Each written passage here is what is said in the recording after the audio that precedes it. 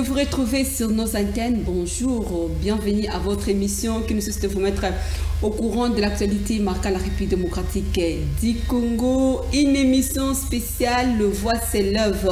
Les réactions ne cessent de se multiplier autour d'une, que dirais-je, prédication, demande, appel de fonds qui s'est déroulé hier sur les réseaux sociaux. Alors voilà pourquoi, comme c'est 30 minutes pour convaincre, nous avons au moins le souci de vous mettre au parfum de l'actualité. Voilà pourquoi aujourd'hui, nous avons l'honneur de décortiquer cette actualité partant de l'univers à l'envers.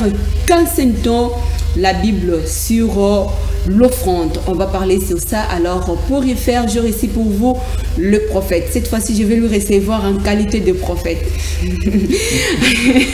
C'est pour ma toute première fois, mais il est vraiment invité spécial en qualité de prophète pour décortiquer cette thématique. Il s'agit du prophète Stéphane Kalenda. Il est le représentant légal de la communauté évangélique gagneur d'âme. C'est avec lui que nous allons juste échanger par rapport à ces thématiques. Prophète, bonjour et bienvenue dans cette émission. Bonjour madame, servante de Dieu aussi. Merci beaucoup de me recevoir aujourd'hui en qualité de prophète. Je suis représentant légal de la communauté évangélique des gagneurs d'âme, basée à Kinshasa et aussi dans d'autres provinces de la République démocratique du Congo. Vous existez il y a combien de temps? Au mois de novembre de cette année, nous allons totaliser 30 ans. 30 ans. Depuis que nous avons commencé les ministères. Alors, le ministère a été créé depuis Mbujima, dans la province du Kasaï oriental. Et nous avons évolué. Nous sommes en Mbujima et nous sommes à Lubumbashi et nous sommes aussi à Kinshasa. Présentement, comme en tant que visionnaire, je suis à Kinshasa, je suis basé à Kinshasa, où nous avons près de 4 assemblées, donc dans des différentes communes. Voilà. Félicitations, ça marche bien, j'espère, de votre côté. Oui, ça marche bien, c'est l'œuvre de Dieu, c'est notre devoir de servir le Seigneur et de servir également le peuple de Dieu. Parce que nous ne servons pas en servant Dieu, nous servons le peuple de Dieu. Quand nous avons été appelés pour le peuple de Dieu, la Bible dit, allez faites de toutes les nations des disciples, les baptisant au nom du Père, du Fils et du Saint-Esprit, et enseignez-leur à observer tout ce que je vous ai prescrit. Notre mission primordiale, c'est de pouvoir gagner les âmes à Christ, les former et puis les former comme formateurs. Parce que la mission de Christ continue. Christ a commencé et il a laissé les disciples, les apôtres. Des apôtres ont relié aussi à d'autres apôtres jusqu'à notre génération. 30 ans d'existence, c'est déjà beaucoup. Quelles sont les difficultés rencontrées pendant votre parcours prophétique, évangélique, missionnaire, si vous le direz ainsi? Il y a beaucoup de difficultés, madame, que je ne sais pas énumérer, mais parce que nous ne pouvons pas toujours le brandir. Il y a beaucoup de difficultés dans le ministère.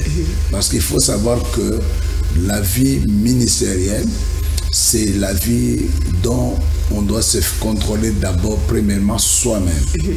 Et on doit faire un effort pour marcher selon la volonté de Dieu et selon la parole de Dieu. Marcher dans la droiture, selon que la Bible est en train de nous recommander. Fuir la vie de péché et chercher la stature parfaite de Christ. C'est que nous sommes en train de chercher. Donc, il y a beaucoup de difficultés parce qu'il faut savoir que les ministères tels que nous sommes en train de l'exercer, vous exercez un ministère où vous n'avez pas de partenaire et des fois vous retrouvez que vous êtes vous-même partenaire. vous exercez dans un terrain qui vous appartient pas. Vous êtes locataire. Et aujourd'hui, demain, le bailleur peut vous dire que non, il faut laisser ma parcelle. Vous êtes appelé donc à libérer la parcelle d'autrui. Alors, vous voyez, tout ça, ce sont des difficultés. Les difficultés également, c'est quand vous dirigez les hommes, c'est une ressource humaine. Ce n'est pas le matériel que vous dirigez, ce sont les hommes. Les hommes ont des problèmes.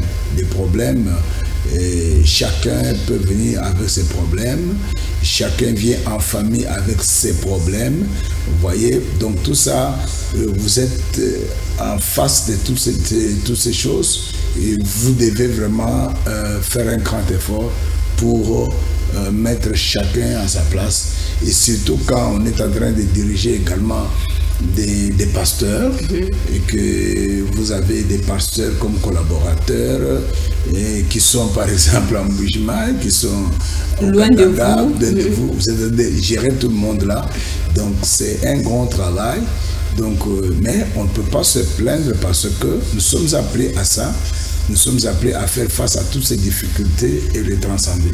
Se focaliser dans la mission de gagner les âmes, croyez-vous que c'est facile de toute façon d'aborder un frère, d'aborder un sœur pour gagner juste son âme? Oui, c'est la mission que Christ nous a donnée.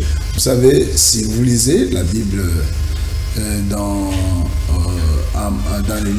l'évangile selon Marc, chapitre 16, verset 15 à 16, c'est-à-dire qu'allez par tout le monde prêcher la bonne nouvelle à toute la création. Ça vous arrive des fois aussi d'être rejeté, d'être méprisé? Oui, non, oui, il arrive des fois, écoute-moi, je te donne juste un exemple. Un jour, quand je venais à peine d'arriver à Kinshasa en 2001, je suis allé faire l'évangélisation à ma campagne. Quand je suis allé faire l'évangélisation, j'étais accompagné des 2 sœurs. Nous arrivons, j'ai toqué la porte, le monsieur est venu, nous lui avons demandé de nous accepter. On s'est présenté premièrement, il a refusé, il a dit non, vous êtes en train de chercher l'argent, alors prenez l'argent. Il nous donne l'argent, il dit vous pouvez partir. Nous sommes partis, demain nous sommes encore revenus, nous avons toqué la porte, il dit vous êtes encore revenu. Donc il nous a considérés comme étant des mendiants, et pourtant nous n'étions pas des mendiants. On n'allait pas pour l'argent, mais on allait pour lui prêcher la parole de Dieu. Mais quand nous sommes, le 3e jour, il nous a reçus quand même. Et quand il nous a reçus, je lui ai présenté Jésus. J'ai trouvé que c'était un monsieur à problème et qu'il avait trop de problèmes qui l'accablait, qui le tourmentait. Il était seul, isolé dans sa maison. Et quand on a parlé avec lui, il s'est retrouvé un homme heureux. Il a accepté Jésus-Christ. Nous avons prié pour lui. Et puis, il nous a donné certaines choses qu'il avait, parce que c'était quelqu'un qui était dans le monde mystique. Nous l'avons sauvé qu'au travers de la parole de Dieu. La parole de Dieu, quand nous allons, certainement, on est méprisé. Mais il faut savoir, il faut connaître les tactiques, comment faire pour gagner les âmes. Parce que la vraie méthode pour gagner les âmes, c'est méthode porte à porte. Quand vous allez, vous êtes en face de la personne, il faut parler avec lui, vous échangez avec lui, et la personne va donc donner sa vie à Christ. Donc, le travail que nous sommes en train de faire, c'est un travail, même notre Seigneur Jésus-Christ a été méprisé. Vraiment, tellement, un travail tellement difficile de toute façon. Je sais bien, je vous comprends, parce qu'à l'époque, vous n'étiez pas... Bon, vous n'étiez pas prophète riche, s'il faut dire ainsi.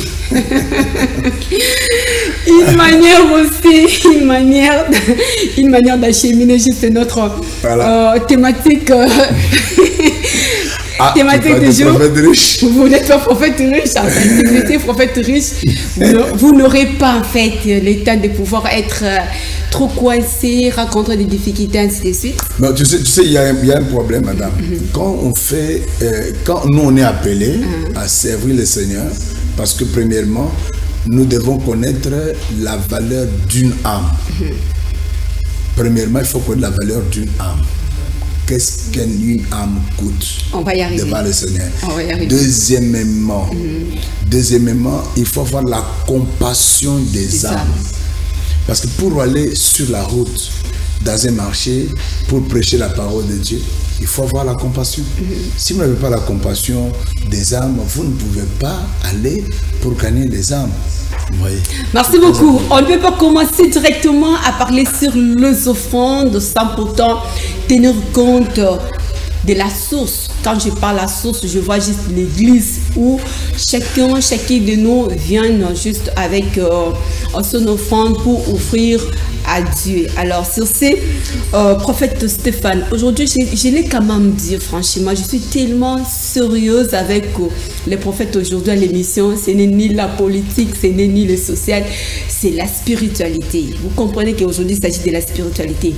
Comme nous parlons juste de l'offrande, quel regard portez-vous d'abord sur les églises en République démocratique du Congo, sur tout le plan? Bon, quand on parle des offrandes, les offrandes, premièrement... Allons d'abord à votre analyse partant des églises. On va y arriver avec l'offrande, mais analysons d'abord les églises à RDC.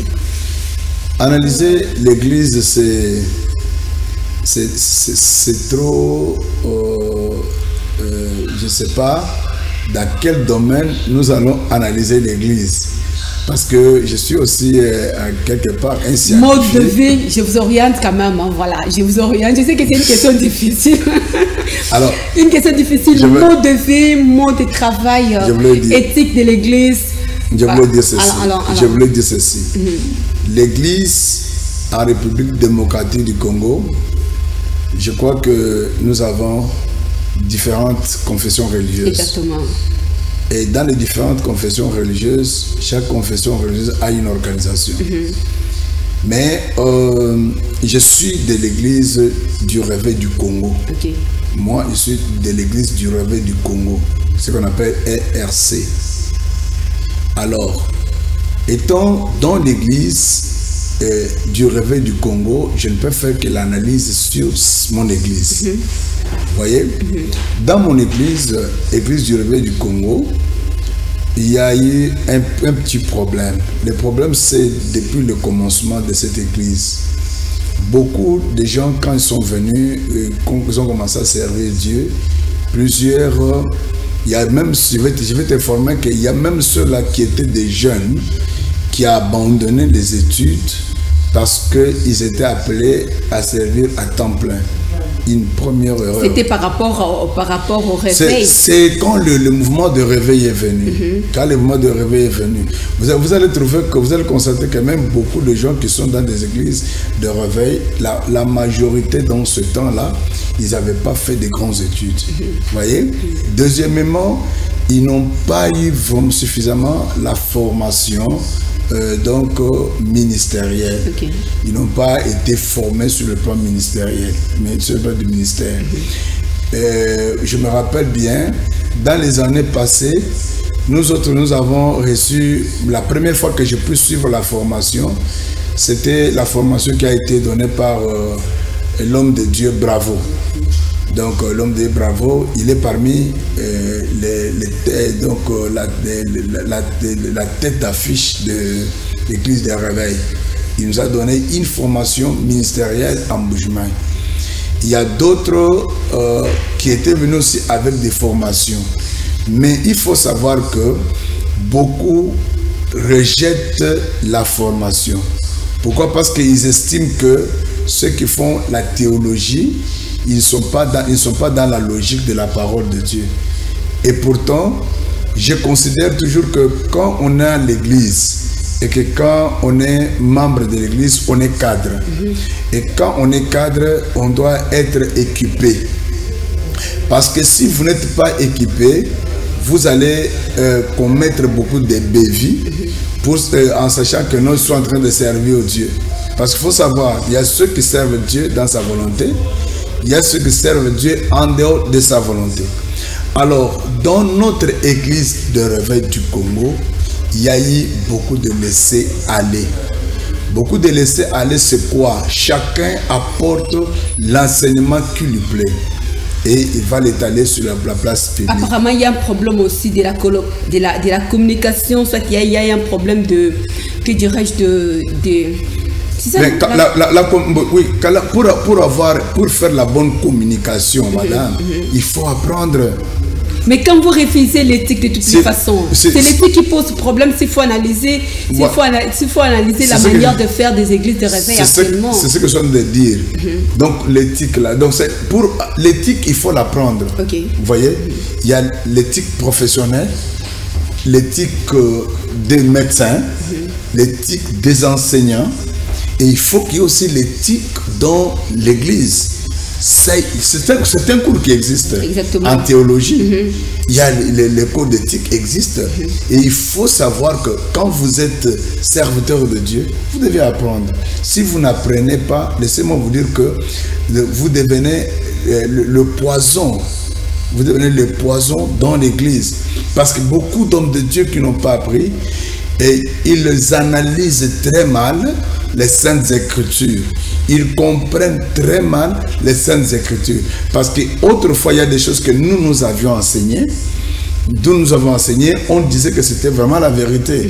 Mais quand nous entrons dans la profondeur de la connaissance de la parole de Dieu, vous allez comprendre que non, vous avez prêché les hérésies. Voyez.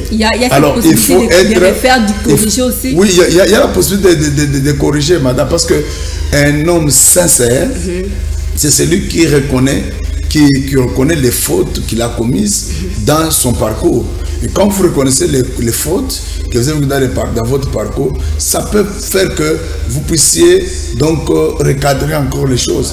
C'est très important. Prophète Stéphane, aujourd'hui nous sommes en face d'une réalité, surtout avec les églises de réveil en République démocratique du Congo, où nous vivons face à une maladie, s'il faut le dire ainsi. Permettez-moi, en fait, excusez-moi aussi pour les termes que je vais utiliser, une maladie où on n'arrive pas à trouver juste un produit efficace pour soigner cette anomalie. Vous allez beaucoup plus remarquer si la République démocratique du Congo est beaucoup plus touchée avec la prophétie et ainsi de suite. Tout ce qui sillonne aujourd'hui, c'est beaucoup plus dans les cas des églises de réveil.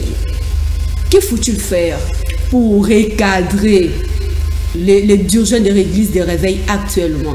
Je voudrais vous dire que premièrement, il faut savoir que la question de la prophétie n'a pas commencé avec l'église de réveil. Je vais te dire que quand tu entres à la genèse de l'église de réveil, beaucoup de gens qui viennent de l'église de réveil, ils viennent de l'église catholique dans le charisme. Vous connaissez? Permettez-moi, moi je n'ai jamais été catholique, donc ça c'est une grâce que Dieu m'a faite. Je n'ai jamais été catholique, mais étant donné que je suis un responsable et je suis un scientifique, je sais faire aussi des recherches. Donc vous allez savoir que l'église de réveil, il vient de l'église, donc d'une cellule dans l'église catholique qu'on appelait les charismes, les charismatiques. Alors, c'est quand l'église catholique a digéré mal ce qui s'est passé maintenant dans les charismatiques. C'est comme ça qu'ils ont mis dehors les frères qui faisaient ce travail. Et dans les charismatiques, il y avait les dons, ils exerçaient tout ce qu'il faut exercer. Les prêtres appelaient ça l'exorcisme. Donc, ils faisaient toutes ces choses-là. Alors, maintenant, l'église, les amis de... Comment on les appelait dans le temps? C'était des groupes de prière. Alors, ils ont commencé à détruire les dogmes catholiques. Quand ils ont commencé à détruire les dogmes catholiques, c'est comme ça qu'on les a chassés de l'église catholique. Et les églises, le groupe de prière se sont répandus partout. Quand vous voyez même l'église, c'était Bethel, c'était un groupe de prière. Il y a charismatique, il y a beaucoup de gens, quand vous voyez ces gens-là, ils étaient tous membres de l'église catholique. Alors maintenant, ce que nous sommes en train de connaître aujourd'hui, c'est quoi? Parce que les gens ont aussi mal compris qu'est-ce que c'est le Saint-Esprit. Parce que le Saint-Esprit n'est pas... Le Saint-Esprit vient avec l'ordre de travail. Je ne suis pas là parce qu'il y a Jessica Ndoa qui me regarde avec beaucoup d'attention. Elle n'est pas convaincue par partant de votre réponse. Je vais juste éclairer ma question. Aujourd'hui, au sein des églises de réveil, la prédication devait comme si les comptes à rendre.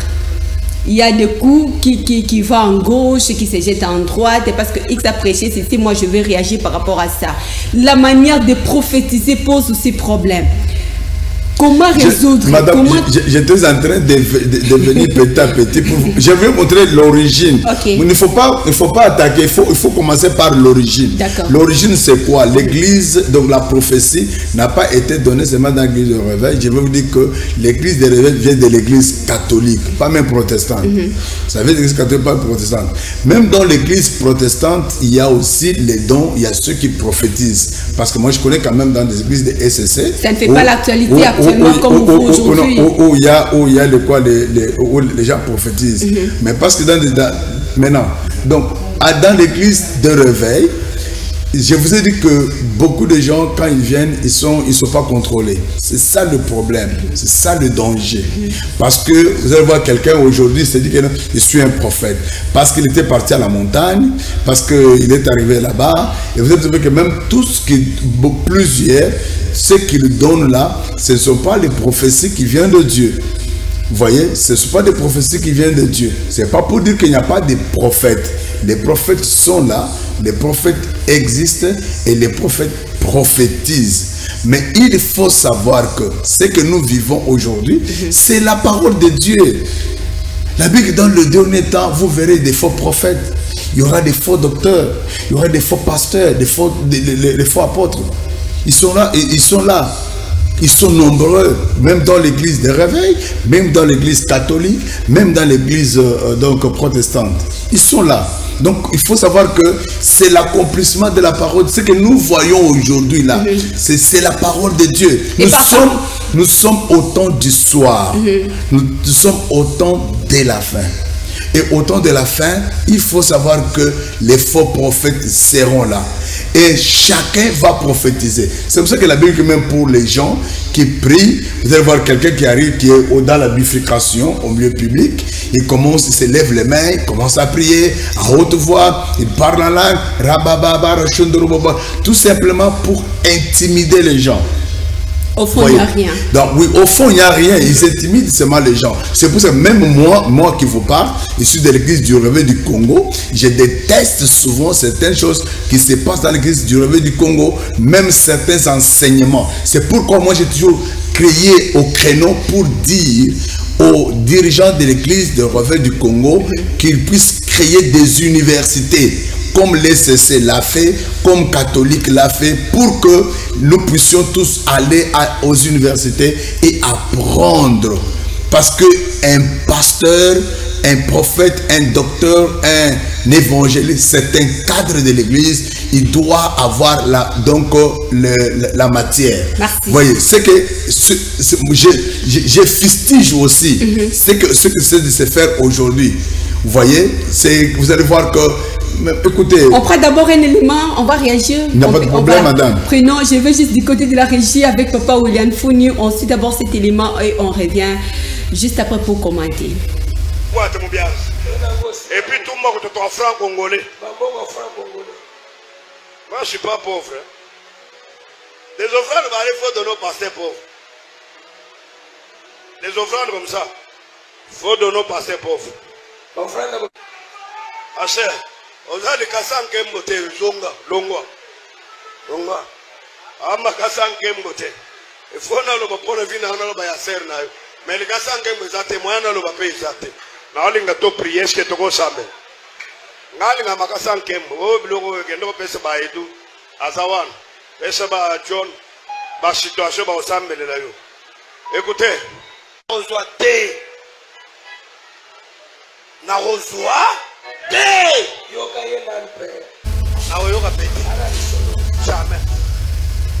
Est-ce que faut-il dire Amen? C'est une question.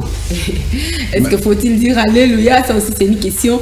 Vous avez suivi avec beaucoup d'attention la réaction de votre collègue pasteur, prophète Stéphane. Croyez-vous, en suivant cet élément, que l'Église aide le fidèle aujourd'hui à vivre, à partager et à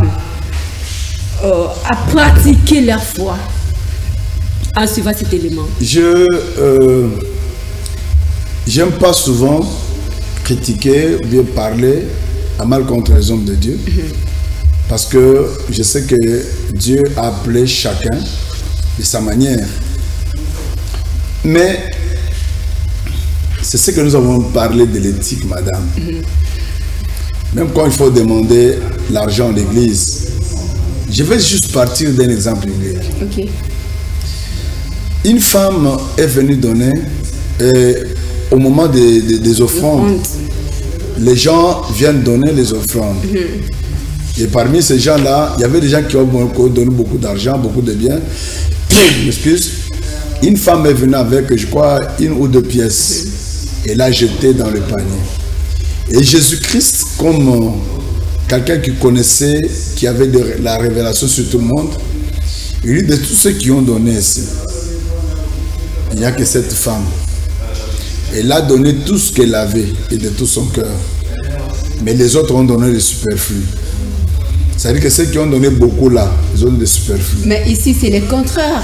Alors, ce que je dis que, bon, cet homme de Dieu qui a parlé, que Dieu le pardonne, je sais qu'à un certain moment, quelqu'un peut être devant comme ça, le diable vient l'envoûter. Comment ça? Oui, madame, écoute. L'exemple que vous venez juste d'évoquer se trouve dans Marc 12, 44. C'est ce que je dis. Peut-être il a déjà aussi il a déjà eu l'opportunité de prêcher cet évangile chez lui à l'église. De dire qu'il est un pasteur riche.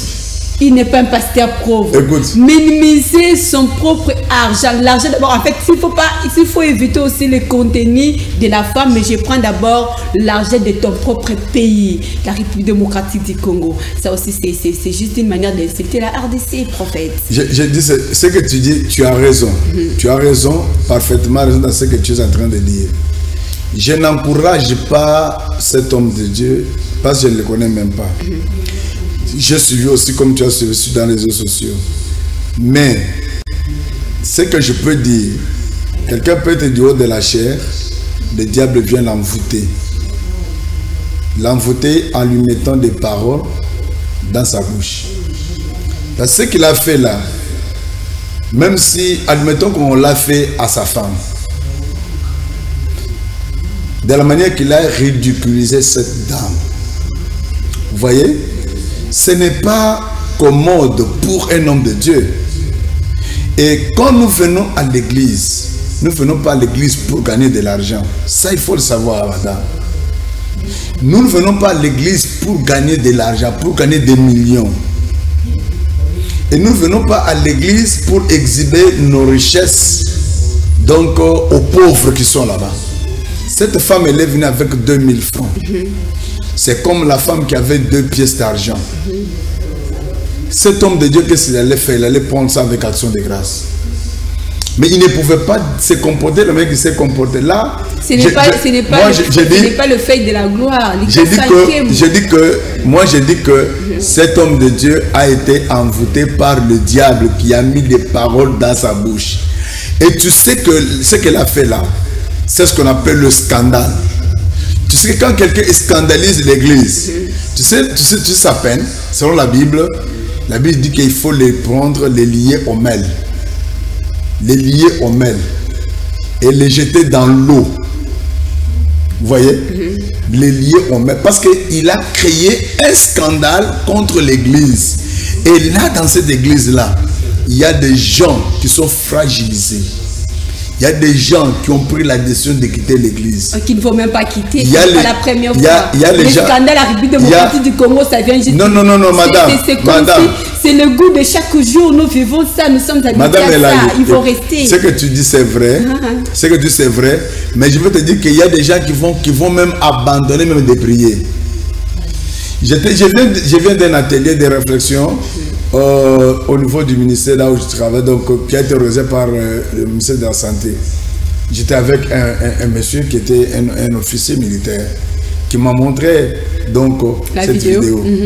Et il avait beaucoup de regrets, C'est ce matin qu'il m'informera, quand on a fini la télé, il m'informera que non, le monsieur a demandé pardon. J'ai dit gloire à Dieu, comme il a demandé pardon. Mais quand nous venons à l'église, nous venons travailler, nous ne travaillons pas pour avoir l'argent. Mais cela n'exclut pas qu'on ne peut pas faire l'appel des fonds à l'église, parce que l'appel des fonds est biblique. On peut faire l'appel des fonds dans l'église. On peut demander au peuple de Dieu dans l'église l'argent. Mais nous ne venons pas pour dire aux gens que non, moi je suis déjà riche. S'il était riche, il n'allait pas réclamer les dollars. Parce que là ce que lui voyait, c'est les dollars. Comme tu l'as dit, il a abusé même de notre monnaie. Il a méprisé même d'autres monnaies.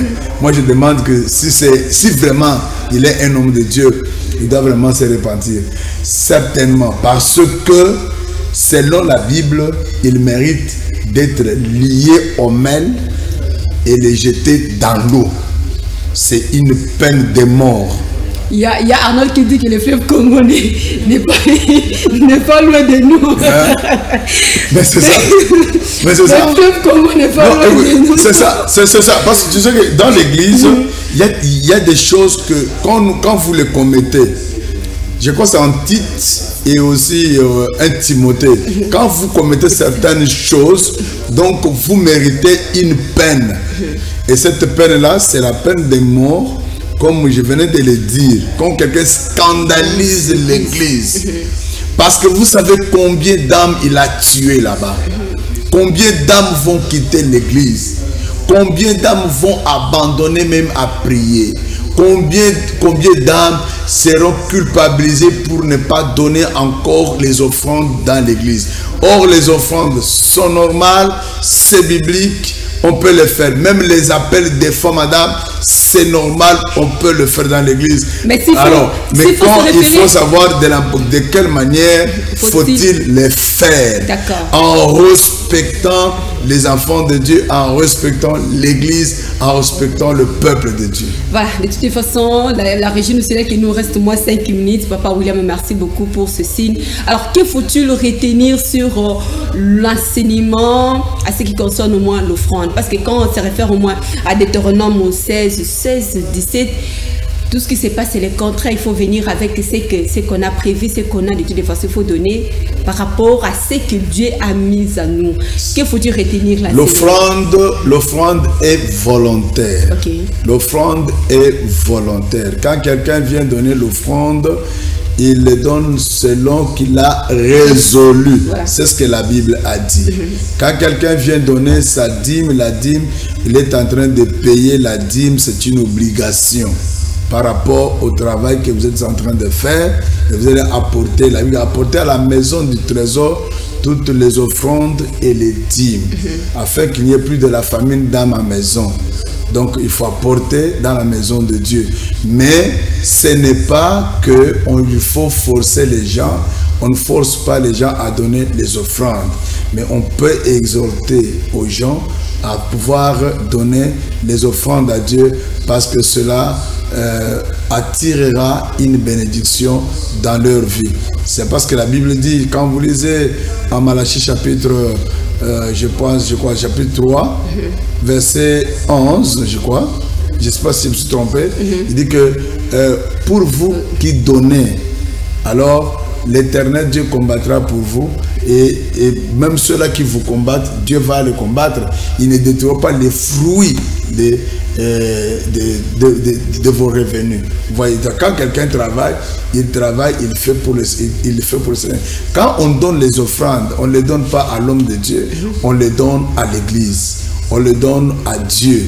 Même là, quand on paie la dîme, on ne donne pas à l'homme de Dieu, mais on donne à l'éternel Dieu, parce que c'est Dieu qui nous bénit en retour lorsque nous sommes en train de lui offrir. Un message d'interpellation à l'église Corps du Christ, un message d'interpellation aussi à aux âmes qui étaient vraiment victimes, touchées par rapport au message. Je m'adresse premièrement aux responsables de l'église du réveil du Congo. Ils doivent veiller sur l'église, parce qu'ils sont considérés comme sentinelles, et ils doivent veiller à l'évêque général et à tous ceux-là qui travaillent ensemble avec lui. Et je m'adresse également donc archevêque Albert Kankienza, que je considère beaucoup. Donc il est l'homme sage pour l'église de réveil du Congo. Et je voulais demander à tous les pasteurs que nous puissions modérer. Il ne faut pas faire insulter l'Église à cause de nos sentiments et parce que nous sommes à la recherche de l'argent. Cet homme de Dieu-là, moi je ne sais pas si quand il a commencé l'église, s'il avait même une voiture, s'il avait même de l'argent, mais c'est quand il a commencé l'église, les fidèles là qui commencent à lui apporter l'argent. Il ne peut pas minimiser les enfants de Dieu ou les rendre faibles comme ça. Merci beaucoup, merci beaucoup. Nous vous disons merci beaucoup, prophète Stéphane, pour cette lumière apportée à cette émission 30 minutes pour convaincre. À moi de vous remercier, Madame Elali. Comme toujours, j'aime votre façon d'interroger. Merci beaucoup, merci, nous sommes fiers de vous. Merci pour votre fidélité, attachement. Un joyeux anniversaire à Miguel Founi qui fête son anniversaire aujourd'hui. Gérard Singemi, Marshall Ngemi, Djibril Moussoudi, Jonathan Mundungi et Riz anniversaire aussi à vous qui fêtez juste votre anniversaire aujourd'hui. Tu ne m'as pas aussi souhaité parce que moi j'ai totalisé 26 ans de mariage, voilà, madame. En tout cas, vous avec êtes... ma femme, voilà. Georgette Ngoya. Maman Georgette, voilà. Papa est déjà là à mon côté. Je vous souhaite un heureux anniversaire parce que vous êtes déjà un couple modèle, une référence pour l'église Corps du Christ. Restez toujours modèle, en tout cas que Dieu vous accompagne. Que Dieu imprime à vous le vertu digne, en fait digne de loge pour l'église Corps du Christ. Nous sommes arrivés à la fin de cette émission. Suivez la rediffusion demain à 15h05. Bon site de programme sur nous. Au revoir.